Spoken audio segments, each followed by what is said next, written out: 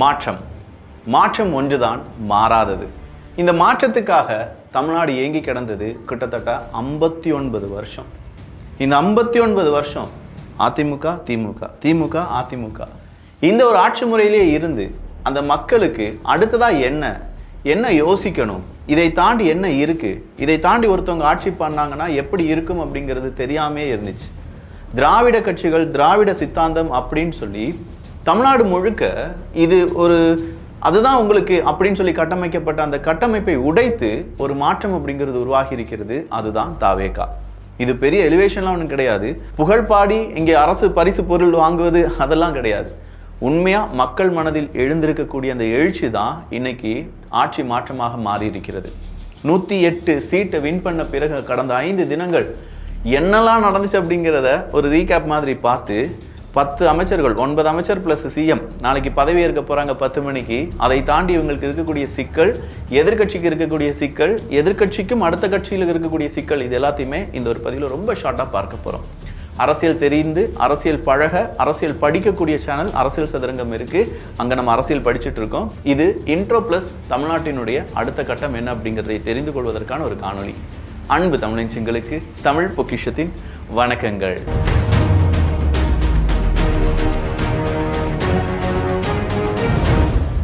கிட்டத்தட்ட 59 வருடங்கள் 1967 திமுக அதிமுக திமுக அதிமுக அப்படின்னு சொல்கிற இந்த ஒரு 2 குதிரைகளிலுமே நம்ம சவாரி பண்ணிகிட்டே இருந்தோம். புதுசாக ஒரு குதிரை வந்திருக்கு, அதுதான் இப்போ தாவேகான்னு சொல்லி விஜய் அவர்களுடைய கட்சி. இந்த குதிரை எப்படி நம்மளை சவாரி செஞ்சு கொண்டு போகுது அப்படிங்கிறத எல்லாருமே எதிர்பார்த்து காத்துட்ருக்காங்க. இந்த குதிரையை ஓட விடக்கூடாது அப்படின்னு சொல்லி கண்டிப்பாக எதிர்கட்சிகள் நினைப்பார்கள். ஏன்னா இந்த குதிரை ஓடிருச்சுன்னா அவங்களுடைய பாடு திண்டாட்டம் தான். அடுத்த 10-15 வருஷத்துக்கு அவங்களால மறுபடியும் அரியணை ஏறவே முடியாது அப்படிங்கிற ஒரு நிலைமை இருக்கலாம். அதற்கான காரணத்தை நான் இப்போயே சொல்லிடுறேன். விஜய் அப்படின்னு சொல்லக்கூடிய நபர் சாதாரணமாக ஒரு அரசியல்வாதியாகவோ அரசியல்வாதியினுடைய மகனாகவோ இல்லாமல் ஒரு சினிமா பிரபலமாக இருந்ததால் அவரை சின்ன குழந்தையிலேருந்து பெரியவர்களில் எல்லாருக்குமே ரொம்ப பரிட்சயமான முகம், அந்த ஃபேஸ் வேல்யூ அப்படின்னு சொல்லுவாங்க. அந்த ஃபேஸ் வேல்யூ அதிகமாக இருக்கக்கூடிய ஒரு நபர் தான் விஜய் அவர்கள். அவர் சினிமா ஃபீல்டில் ரொம்ப பெரிய அளவில் அவுடேட்டடான பிறகு உள்ளே வந்தாரான்னு கேட்டால் அதுவும் கிடையாது. உச்சமாக இருக்கும்போது தான் அவர் உள்ளே வந்திருக்காரு. அப்படி வர்றதுனால அவருக்கு ஏற்பட்ட சிக்கல், அந்த சிக்கலை மக்கள் எப்படி புரிந்து கொண்டார்கள், அதில் அவருக்கு துணையாக மக்கள் எப்படி இருந்தாங்க அப்படிங்கிறதெல்லாம் நொடிக்கு நொடி நம்ம பார்க்கக்கூடிய சோஷியல் மீடியாவினுடைய ஒரு சேர ஒரு உயர்வு, இது எல்லாம் அவருக்கு கனக்கச்சிதமாக அமைந்தது அப்படின்னு சொல்லலாம். இது எதுவுமே சரியாக வரல அப்படின்னா கூட இந்த இடத்துல விஜய் அவர்கள் சறுக்கியிருப்பார். ஆனால் அவர் நினச்ச மாதிரியோ இல்லையோ, இல்லாட்டி இந்த யூனிவர்ஸ் அவருக்காக கொடுத்த ஒரு வரமோ என்னமோ, என்ன விஷயங்கள் செய்தாலும் அது விஜய் அவர்களுக்கு ஆதரவாகவே மாறியது. ஈவன் கரூர் இன்சிடென்ட் கூட ஒரு கட்டத்துக்கு மேலே விஜய் அவர்களுக்கு ஆதரவாகத்தான் ஏற்படுத்தியதை தவிர அவருக்கு எதிர்ப்பு அப்படிங்கிறது அங்கே ஏற்படவே இல்லை. அதன் பிறகு ஒவ்வொரு விஷயங்கள் திமுக ஒவ்வொன்றா செய்ய செய்ய செய்ய இங்கே இருக்கக்கூடிய தாவேகாவினர் விர்ச்சுவல் வாரியர்ஸ் அப்படின்னு சொல்கிறவங்க எல்லாருமே விஜய் அவர்களுக்காக மிகப்பெரிய அளவில் ஒரு போராட்டம், அவங்களுக்கான எழுத்துக்கள், அவங்க மாநாடு போட விடலை, கூட்டத்தில் பேச விடலை, வண்டியை விடலை, செக்யூரிட்டி சரியில்லை, இப்படின்னு சொல்கிற பல பிரச்சனைகள். இது மட்டும்தான் விஜய் அவர்கள் வின் பண்ணுறதுக்கு காரணமான்னு கேட்டால் கிடையாதுங்க. இது விஜய் அவர்களை மக்கள் முன்னாடி காண்பிப்பதற்கான ஒரு ரீசன். ஆனால் வின் பண்ணதுக்கான காரணம் திமுக ஆண்ட கட்சியான திமுகவினுடைய சில தோல்விகள். அந்த தோல்விகளை நம்ம இங்கே கவனிச்சிட்டோம்னா வரக்கூடிய ஆட்சி எப்படி இருக்க போகுது, அவங்க இந்த தோல்வியிலேருந்து என்ன பாடம் கற்றுக்கொண்டார்கள் அப்படிங்கிறத நம்மளால் ஈஸியாக ஐடென்டிஃபை பண்ண முடியும். முதல் தோல்வி அப்படிங்கிறது நிர்வாகம் தான்.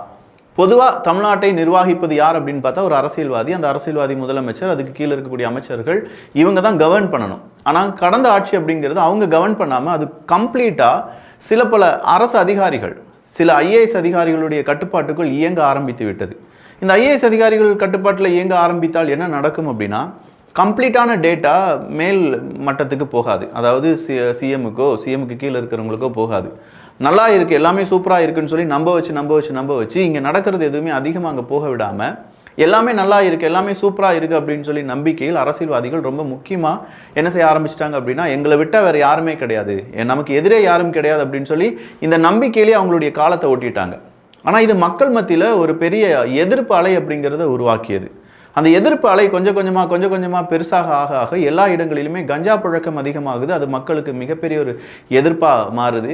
அதன் பிறகு பெண்களுக்கு எதிரான கொடுமைகள் நாள்தோறும் அரங்கேறுகின்றன. காவல்துறையினுடைய அத்துமீறல்கள் குறிப்பாக நம்ம கவனிக்க வேண்டியது. ஏன்னா நம்மலாம் பொதுமக்கள், நாளைக்கு நம்ம ரோட்டில் போகும்போது ஒரு காவல்துறை அதிகாரி நம்ம மேலே கை வச்சிட்டாருன்னா அது தப்பு அப்படின்னு சொல்லி ஒரு அரசாங்கம் சொல்ல வேண்டும். இல்லை நீ என்ன வேணாலும் செஞ்சுக்கோ அப்படின்னு சொல்லி ஒரு அரசாங்கம் அவங்களுக்கு என்ன செய்யக்கூடாது, ஒரு கட்டுப்பாடற்ற ஒரு அதிகாரத்தை அவங்களுக்கு கொடுக்கக்கூடாது. அப்போ இந்த மாதிரியான விஷயங்கள் எல்லாமே கடந்த ஆட்சி காலத்தில் நாம் மிகப்பெரிய அளவில் அனுபவித்தோம். அதிலிருந்து இப்போ இருக்கக்கூடிய இந்த கட்சி ஆட்சி வரும்போது அவங்க இதெல்லாம் செய்ய மாட்டாங்க அப்படின்னு சொல்லி நம்ம நம்புவோம். அப்படி இல்லையா, இந்த கட்சியையும் இந்த ஆட்சியும் தூக்கி எறிவதற்கு மக்கள் 59 வருஷம் கழிஞ்சு வந்த மாற்றம் அப்படின்னு சொல்லி பொத்திலாம் பாதுகாக்க மாட்டாங்க, ஒரே போடா போட்டு தள்ளிடுவாங்க அப்படிங்கிறது வேறொரு விஷயம். சரி, சீக்கிரமாக இவர் வந்துட்டாரா 108 சீட்டிலிருந்து இந்த 5 தினங்கள் ஒரு 4 முறை ஆளுநரை சந்தித்து நாளைக்கு 10 மணிக்கு இவர் ஆட்சி அமைக்க போகிறார், விஜய் அவர்கள் ஆட்சி அமைக்க போகிறார் அப்படின்னு சொன்ன உடனே அதுக்கு பின்னாடி இருந்த ஸ்ட்ரகிள்ஸ் எல்லாமே நம்ம பார்த்தோம். நிறைய குடும்பங்கள் ஐபிஎல்லை மறந்துருப்போம், நிறைய பேர் சினிமாவை மறந்துருப்போம், நிறைய பேர் வீட்டில் சமையல் செய்கிறத மறந்துருப்போம். வேலை செய்யும்போது லைவ் நியூஸ் ஓடிக்கிட்டே இருக்குது, யூடியூப் செய்திகள் என்ன வந்துட்டுருக்கு அப்படிங்கிறத அப் டு டேட்டாக பார்த்துக்கிட்டே இருக்கும். இதோ ஆதரவு தருவாங்க அப்படின்னு சொல்கிறாங்க, ஆதரவு தரமாட்டேன்னு சொல்கிறாங்க. ஆளுநர் இல்லை உங்களால் இது முடியாது அப்படின்னு சொல்லி அனுப்பி விடுறாரு. விஜய் அவர்கள் போகிறாங்க, எகெயின் பேச்சுவார்த்தை நடக்குது. அந்த கட்சி 5 மணிக்கு சொல்கிறேன், 4 மணிக்கு சொல்கிறேன் அப்படின்னு சொல்லி ஒவ்வொரு கட்சிகள் இழுத்தடிக்கிறார்கள். கடைசியாக அவருக்கு இப்போது 120 அப்படின்னு சொல்லக்கூடிய அந்த மேஜிக் நம்பரில் வந்து நிற்கிறார். இந்த மேஜிக் நம்பர் வர்றதுக்கு முன்னாடி வர அவர் ஆட்சி அமைப்பது அப்படிங்கிறது ஒரு கஷ்டம்தான்.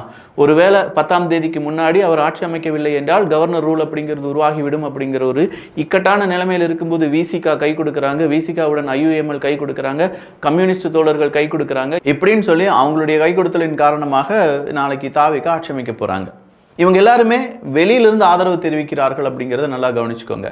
இப்போ நாளைக்கு 10 மணிக்கு முதலமைச்சராக ஜோசப் விஜய் அவர்கள் பதவியேற்பார்.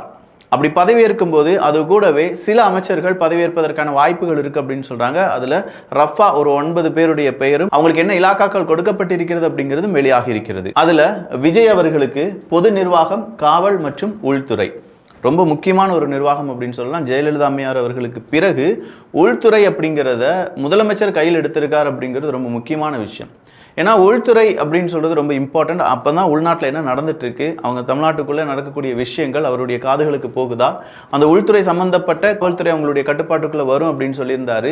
பெண்களுக்கு எதிரான குற்றம் நடக்கவே நடக்காது. காவல்துறை அதிகாரிகள் அதிக நேரம் வேலை செய்யக்கூடிய காவல்துறை அதிகாரிகளுக்கு சில பல அலவன்ஸ் அப்படிங்கிறதெல்லாம் கொடுத்துருந்தாங்க. காவல்துறை அதிகாரிகளுடைய அந்த ஒர்க்கிங் ஸ்ட்ரக்சர் அப்படிங்கிறது மாற்றி அமைக்கப்படும், பாடி கேம்லாம் இருக்கும் அப்படின்னு சொல்லியிருக்காங்க. பார்க்கலாம் அது எப்படி இருக்கும் அப்படின்னு சொல்லி பொது நிர்வாகத்தையும் விஜய் அவர்கள் எடுத்திருக்கிறார்கள். அடுத்ததாக பொதுப்பணித்துறை அப்படின்னு சொல்கிறது செங்கோட்டையன் அவர்களுக்கு கிடைத்திருக்கிறது. நகராட்சி நிர்வாகத்துறை அப்படிங்கிறது என் ஆனந்துக்கு ஒதுக்கப்பட்டிருக்கிறது. மின்சாரத்துறை CTR நிர்மல்குமார் அவர்கள் கையில் எடுத்திருக்காரு. இந்த மின்சாரத்துறையில் டிரான்ஸ்ஃபார்மர்ஸுக்கு ஊழல் அப்படிங்கிறது ஒன்று பெருசாக பேசப்பட்டு இருக்கு. அறப்போர் இயக்கம் வெளியிட்ட அந்த ஊழல், அதன் சம்பந்தமாக அந்த ஊழல் செய்த அமைச்சர்கள், அதுக்கு கீழே டெண்டர்ஸ் எடுத்த நிறுவனங்கள், இவங்களுக்கு எதிரான ஆவணங்கள் எல்லாத்தையுமே அவங்க பதிவு பண்ணி கொடுத்துருக்காங்க. CBIக்கு அந்த வழக்கு மாற்றப்பட வேண்டும் அப்படின்னு சொல்லியிருக்காங்க. ஸோ பழைய வழக்குகள் எல்லாமே தூசி தட்டி எடுக்கப்பட வேண்டும். ஊழல் செய்தவர்கள் எல்லாம் ஊழல்வாதிகளாகவும் இங்கே பெரிய அளவில் தியாகிகளாகவும் போற்றப்படுகிறார்கள். அதெல்லாமே எங்கள் கண் பார்வையில் அவங்களுக்கெல்லாம் தண்டனை கிடைக்க வேண்டும் அப்படிங்கிறத நாங்கள் தாழ்மையுடன் கேட்டுக்கொள்கிறோம். விளையாட்டு மற்றும் மதுவிலக்குத்துறை ஆதவர்ஜுனா கையில் விளையாட்டுத்துறை மதுவிலக்கு கிடைச்சிருக்கு. பாட்டிலுக்கு 10 ரூபாய் அப்படின்னு சொல்லி எல்லா இடங்களிலுமே மிகப்பெரிய அளவில் ஒரு நெகட்டிவ் மார்க் அப்படிங்கிறது திமுகவுக்கு மேலே விழுந்ததே இந்த மதுவிலக்குத்துறையை தான். அந்த பாட்டிலுக்கு 10 ரூபாய் மதுவிலக்கு அப்படின்னு சொல்லும்போது எவ்வளோ மதுக்கடைகளை மூட போகிறீங்க, எத்தனை குடும்பங்களை காப்பாற்ற போகிறீங்க, அத்தனை குடும்பங்களும் உங்களுக்கு நன்றி கடன் பட்டிருப்பாங்க. அதெல்லாம் நீங்கள் செய்வீங்களா அப்படிங்கிற ஒரு எதிர்பார்ப்பு எகிரி இருக்குது. ஆதி திராவிடர் நலத்துறை ராஜ்மோகன் அவர்களுக்கு கொடுக்கப்பட்டிருக்கிறது. சிறுபான்மை நலத்துறை முஸ்தபா அவர்களுக்கு கொடுக்கப்பட்டிருக்கிறது. பத்திரப்பதிவு மற்றும் வணிகத்துறை அருண்ராஜ் அவர்களுக்கு கொடுக்கப்பட்டிருக்கிறது. கடந்த ஆட்சி காலத்தில் இந்த பத்திரப்பதிவு மற்றும் வணிகத்துறை அப்படின்னு சொல்கிறது பெரிய ஊழல் நிறைந்த துறையாக பார்க்கப்பட்டுச்சு. அமைச்சர் மூர்த்தி அவர்கள் இருந்தாங்க. இப்போ அது அப்படியே அருண்ராஜ் அவர்களுக்கு கொடுக்கப்பட்டிருக்கிறது. எப்படி திறன்பட அவர் செய்வார் அப்படிங்கிறத பார்க்கலாம். கடைசியாக பள்ளி கல்வித்துறை வெங்கட்ராமன் அவர்களுக்கு கொடுக்கப்பட்டிருக்கிறது. ஸோ பள்ளி கல்வித்துறை அப்படின்னு சொல்லும்போது அன்பில் மகேஷ் அவர்கள் இருந்தது தான்.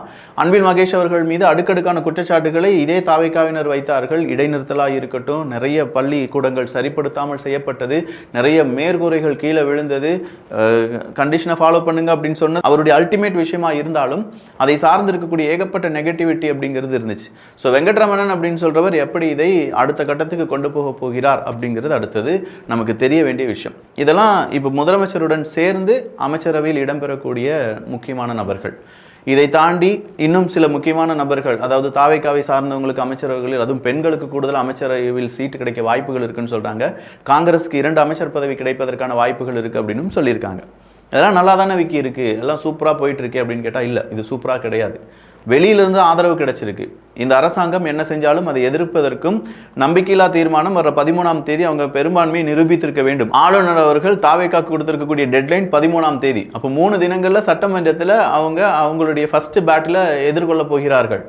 அதன் பிறகு எதிர்க்கட்சிகளாக இருக்கக்கூடிய திமுக அது ஏடிஎம்கேல இப்போ ஒரு பயங்கரமான ஒரு புகைச்சல் நடந்துட்டு இருக்கு. அதுக்கான அப்டேட்டான இன்ஃபர்மேஷன் எல்லாம் நம்ம அரசியல் சதுரங்கத்தில் பேசியிருக்கோம். ஸோ எதிர்க்கட்சிகளோட அந்த திமுகவுடைய கூட்டணியில் தான் நாங்கள் இருக்கோம் அப்படின்னு சொல்லி விசிகா, சிபிஐ, சிபிஎம், ஐயுஎம்எல் எல்லாம் சொல்லிட்டாங்க. அதே நேரத்தில் தாவேக்காக்கு ஆதரவும் கொடுத்துருக்காங்க அப்படின்னு சொல்லும்போது ஒரு வித்தியாசமான அரசை தான் நம்ம பார்க்க போகிறோம். ஆளும் கட்சியினுடைய ஆதரவு, ஆனால் எதிர்க்கட்சி. அப்போது எதிர்க்கட்சியாக இருக்கக்கூடிய திமுக தாவேக்காக்கு எதிராக என்னென்ன செய்வாங்க அப்படிங்கிறது நமக்கு நல்லாவே தெரியும். அவங்களுடைய ஊடக சக்தியை வைத்து, அவங்களுடைய ஐடி விங்கை வைத்து, தாவேக்கா சைட்லேருந்து என்ன தப்பு நடந்தாலும் அது பெருசாக பேசப்படும். தமிழ்நாட்டில் சின்னதாக ஒரு தப்பு நடந்தாலும் அதை மு.க. ஸ்டாலின் அவர்கள் கையில் எடுத்து தான் ஆக வேண்டும். அப்படி தான் இருக்கணும் எதிர்க்கட்சினா. அந்த எதிர்க்கட்சி அப்படிங்கிற அந்தஸ்தை போன முறை அதிமுக சரியாக கையாளவில்லை என்பது நமக்கு எல்லாருக்கும் தெரிஞ்ச விஷயம் தான். ஆனால் இந்த முறை அப்படி இருக்கக்கூடாது. எதிர்க்கட்சி பக்காவாக இருந்தால் தான் ஆளும் கட்சி சரியாக அதனுடைய வேலைகளை செய்யும், சரியான திட்டமிடுதலை செய்வாங்க, சரியான சட்டங்களை உருவாக்குவாங்க, சரியான ஒரு ஃப்ளோவில் தமிழ்நாடு அப்படிங்கிறது முன்னேறிட்டே போகும். அதே நேரத்தில் எதிர்க்கட்சி தலைவர்கள் எப்பா எவ்வளோ இன்வெஸ்ட்மெண்ட் வந்திருக்கு அப்படின்னு சொல்லி கேட்டோன்னா வெள்ளை பேப்பர் எடுத்து இதுதான் வெள்ளை அறிக்கை அப்படின்னு சொல்ல காமெடியெல்லாம் இந்த ஆட்சியில் இருக்காது அப்படின்னு சொல்லி நம்ம நம்புவோம். ஸோ போன முறை அவங்க தோல்வி அடைந்ததற்கு காரணமும் இந்த அதீத ஒரு மனநிலைமையில் பல அமைச்சர்கள் இருந்தாங்க. எங்களை மிஞ்சினா வேற யாருப்பா இங்கே உங்களை காப்பாற்றுறதுக்கு அப்படிங்கிற மாதிரி இருந்தாங்க.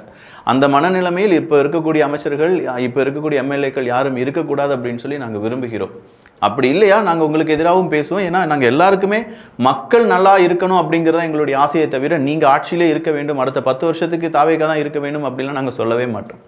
எங்களை பொறுத்த வரைக்கும் மக்கள் நல்லா இருக்கணும், எங்களுடைய அடுத்த தலைமுறை நல்லா இருக்கணும், இயற்கை வளங்கள் பேணி காக்க வேண்டும், இங்கே இருக்கக்கூடிய ஊழல்கள் அறவே ஒழிக்கப்பட வேண்டும், யார் யார் ஏமாத்திருக்காங்களோ அவங்களாம் தண்டனைக்கு உட்படுத்தப்பட வேண்டும், எங்களுடைய கல் மண் அங்கே இருக்கக்கூடிய இயற்கை வளங்கள் சுரண்டப்படாமல் அடுத்த மாநிலத்துக்கு தேவையில்லாமல் அளவுக்கு அதிகமாக சுரண்டி கொளுத்த மனிதர்கள் இருக்காங்க, அவங்கெல்லாம் அரெஸ்ட் செய்யப்பட்டு அவங்களுடைய அனைத்து விதமான தண்டனைகளையும் இங்கே இருக்கக்கூடிய மக்கள் பார்க்க வேண்டும். நிறைய புதுமைகளை கொண்டு வர வேண்டும் அப்படின்னு நாங்கள் நினைக்கிறோம். பட்ஜெட் அறிவிக்கும் போது அந்த பட்ஜெட்டினுடைய நீங்கள் சொன்னீங்க டைம்லைன்லாம் இருக்கும், யார் யாருக்கு போகுது, என்ன மாதிரியான ஃபண்ட் எப்படி போயிருக்கு அப்படிங்கிற டிரான்ஸ்பரன்சி அப்படிங்கிறது எங்களால் பார்க்க முடியும். அரசாங்கத்தை வழி நடத்துவதற்கான ஐடியாஸை பொதுமக்கள் கொடுக்க முடியும் அப்படின்னு சொன்னீங்க. எங்களுடைய மனுக்கள் மீதான அந்த ஒரு விசாரணை இல்லாட்டி அதுக்கான டிஸ்கஷன் அப்படிங்கிறது சட்டமன்றத்திலே இருக்கும் அப்படின்னு சொல்லியிருக்கீங்க. இது எல்லாமே நடக்க வேண்டும். நடந்தால் இந்த ஆட்சி தொடரும், நடக்கவில்லை என்றால் அதை திமுக பார்த்து கொள்வார்கள். இதெல்லாம் நடக்கலைன்னா திமுக கட் அண்ட் ரைட்டாக சொல்கிறேன், ஒவ்வொரு நாளும் ஒவ்வொரு போராட்டத்தை அறிவிப்பார்கள். எழுதி வச்சுக்கோங்க. சாதாரண போராட்டமாக இருக்காது. வித்தியாசமான தலைப்புகளுடன் வித்தியாசமான இடங்களை தேர்வு செய்து அவங்க போராட்டத்தை அறிவிப்பார்கள். அதுதான் திமுக. பயங்கரமாக இருப்பாங்க, வெறித்தனமாக வேலை செய்வாங்க எதிர்க்கட்சியாக இருக்கும்போது. அதெல்லாம் நாம் சரிப்பட திறன்பட இங்கே எதிர்க்கட்சியாக இருக்கக்கூடிய திமுகவை எதிர்த்து ஆட்சி செய்வது அப்படிங்கிறதெல்லாம் குதிரை கொம்பு தான். 2 வருஷத்தில் விஜய் அவர்களுக்கு கிடைத்திருக்கக்கூடிய இந்த வெற்றி இமாலய வெற்றி. எம்ஜிஆர் அவர்களை விட அவரை முன்னேறி அவர் ஒரு 33%, இவர் ஒரு 34.8% அளவுக்கு ஓட்டுக்களை வாங்கியிருக்காரு. அது மட்டும் இல்லாமல் 2 வருடங்களில் இந்த வெற்றியை அவர் அறுவடை செய்திருக்கிறார் அப்படிங்கிறதுலாம் பெரிய விஷயம். யாருக்கும் இது நடக்குமா அப்படிங்கிறதுலாம் தெரியல. இனி வருங்காலத்தில் அடுத்த 50-60 வருஷத்துக்கு பிறகு வேணால் நடக்க வாய்ப்புகள் இருக்குது. ஆனால் இந்த வெற்றியை விஜய் அவர்கள் கொண்டாடுவதை விட மக்கள் கொண்டாடி கொண்டு இருக்கிறார்கள். மக்களுடைய இந்த கொண்டாட்டம் நீடித்திருக்க வேண்டும். என்ன தவறு நடந்தாலும் அதை பேசுவதற்கான சுதந்திரத்தை எங்களுக்கு கொடுங்க அப்படின்னு நாங்கள் சொல்கிறோம். முதல்ல யூடியூப்ல பேசவே முடியாது. ஏதாவது பேசினா அரெஸ்டா, நாளைக்கு அரெஸ்டா, கால் பண்ணி மிரட்டுவாங்க, என்னடா பேசுன, எதுக்கடா பேசுன அப்படின்னு சொல்லி. இந்த முறையும் அதே மிரட்டல் இருந்துச்சுன்னா நாங்கள் இன்னும் வீரியமாக பேசுவோம். மறுபடியும் சொல்கிறேன், யூடியூபர்ஸ் இல்லாட்டி பத்திரிகையாளர்கள் மிரட்டுவது, சில பத்திரிகையாளர்களை போட்டு தள்ளுறதுக்கு அவங்க பிளான் பண்ணது, சில முக்கியமான தலைவர்களை அவங்க வெட்டி சாய்த்தது, இதெல்லாமே கடந்த காலங்களில் நடந்தது. இது எதுவுமே இல்லாமல் எந்த கிரிட்டிசிசமாக இருந்தால் என்ன, அதை ஏற்றுக்கொண்டு தப்பு நடந்திருக்கு, அதை சரி பண்ணுறோம் அப்படின்னு சொல்லக்கூடிய வார்த்தை ஒரு அரசாங்கத்திடம் இருந்து வந்தாலே போதும். கடந்த முறை அரசாங்கம் தப்பே நடக்கலையே, தேனாரும் பாலாரும் ஓடிட்டுருக்கு, நீ பாட்டுக்கு ஏன்டா போய் சொல்கிற, போடுற அவன் மேலே ஒரு குண்டாஸ் அப்படின்னு சொல்லி போட்டு விட்ருவாங்க. அதெல்லாம் வேணாம். நல்லபடியான ஆட்சி அமைக்க வேண்டும் என்றால் மக்களுக்கும் விஜய்க்கும் ஒரு கனெக்ஷன் அப்படிங்கிறது இருக்குது. அந்த கனெக்ஷன் தொடர வேண்டும். நம்முடைய முதலமைச்சராக மு.க. ஸ்டாலின் அவர்கள் இருந்து செய்ததை விட நம்முடைய முதலமைச்சராக விஜய் அவர்கள் நமக்கு நிறைய நல்லது செய்வாங்க அப்படின்னு சொல்லக்கூடிய ஒரு கூட்டம் இப்போது ரொம்ப பெருசாக மாறிடுச்சு. இந்த 5 தினங்களில் எல்லா அம்மாமாரும் சொன்னது என்ன தெரியுமா? எத்தனை பேர் விஜய் அவர்களுக்காக கோயிலில் பிரார்த்தனை செஞ்சு அவங்களுடைய நேர்த்திக்கடனை செலுத்தி இருக்காங்க தெரியுமா? எல்லாரும் சொன்னது ஏப்பா வைங்கப்பா, ரீஎலெக்ஷன் கூட வைங்கப்பா, இனி அவர் தான் மெஜாரிட்டி, யார் எங்களுக்கு வேண்டாம், அதிமுக திமுக சேரப்போகுது அப்படின்னு சொல்லக்கூடிய அந்த ரூமர்லாம் வரும்போது அதெல்லாம் பெரிய பேசப்பொருளாக மாறிச்சு. ஸோ நம்பிக்கையை காப்பாற்றுங்கள். நாங்கள் உங்களுடன் இருக்க வேண்டும் என்றால் எங்களுடன் உங்களுடைய ஆட்சியும் உங்களுடைய அதிகாரிகளும் காவல்துறையும் உங்களுடைய அமைச்சர்களும் இருக்க வேண்டும். அது நடக்கும் அப்படின்னு சொல்லி நாங்கள் நம்புகிறோம். புதிதாக ஆட்சி அமைக்கக்கூடிய தாவேகா கட்சியினருக்கும் அந்த கட்சியை சார்ந்து உழைத்தவர்களுக்கும் குறிப்பாக அந்த கட்சியை நம்பி ஓட்டு போட்ட பொதுமக்களுக்கும், விர்ச்சுவல் வாரியர்ஸ் அப்படின்னு சொல்லக்கூடிய சாதாரண மக்களுக்கும் எல்லோருக்குமே ரொம்ப ஹாப்பியஸ்ட் மூமெண்ட் வாழ்த்துக்கள். அதுவும் டிபி ட்ரூப்ஸ் சார்பாக வாழ்த்துக்கள். இந்த ஆட்சி சிறந்த ஒரு ஆட்சியாக தமிழ்நாட்டு வரலாற்றில் நல்ல ஒரு ஆட்சியாக அமையட்டும் அப்படிங்கிற மிகப்பெரிய ஒரு வாழ்த்துக்களுடன் விஜய் அவர்களுக்கு கங்க்ராட்ஸ். நல்லதை பகிர்ந்து நல்ல சமுதாயத்தை உருவாக்குவோம். நன்றி, வணக்கம்.